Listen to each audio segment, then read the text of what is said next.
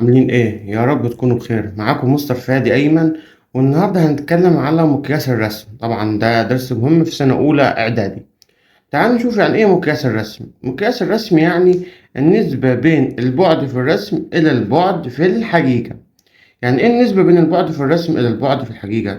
دلوقتي انت لو انت اهيك خلاص، وده مثلا طولك في الحقيقة، طولك مثلا 150 سنتيمتر. طولك في الحقيقة 150 سنتيمتر، وجيت أنا مسكت الموبايل وصورتك صورة. أكيد أنت في الصورة في الموبايل مش هيبقى طولك 150، طبعا موبايل صغير. هيبقى مثلا طولك أهيك أنت خلاص. دي الصورة إيه؟ دي اللي في الموبايل، صورتك في الموبايل. هيبقى مثلا صورتك كام في الموبايل؟ مثلا 3 سنتي مثلا.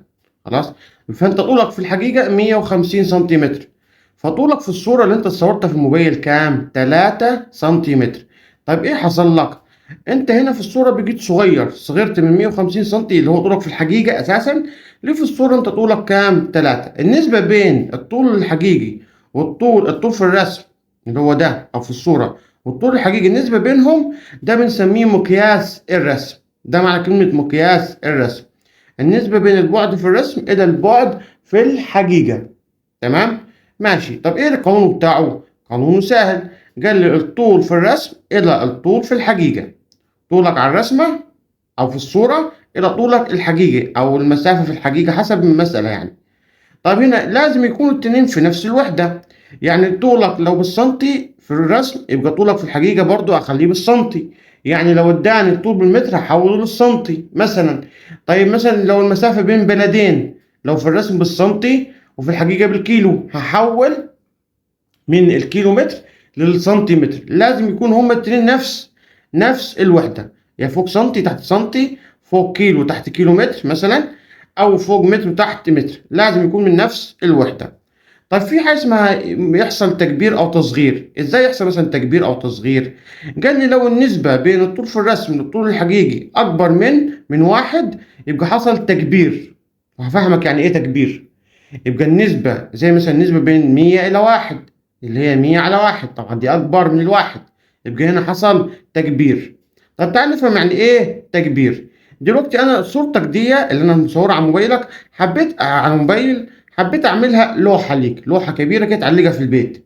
خلاص. اللوحة كده هتبقى كبيرة، تبقى مثلا متر في متر ونص، أو متر في متر، حسب ما تكون اللوحة. فصورتك في الموبايل اللي هي 3 سنتي، عشان ارسمها في لوحه كبيره هيحصل لها ايه؟ تكبير. يبقى كده انت حصل لك تكبير. يبقى هنا مقياس الرسم عندي لو طلع اكبر من واحد، اللي هو نسبه مثلا 100 الى 1، 200 الى 1، 300 الى 1، حسب ما يكون.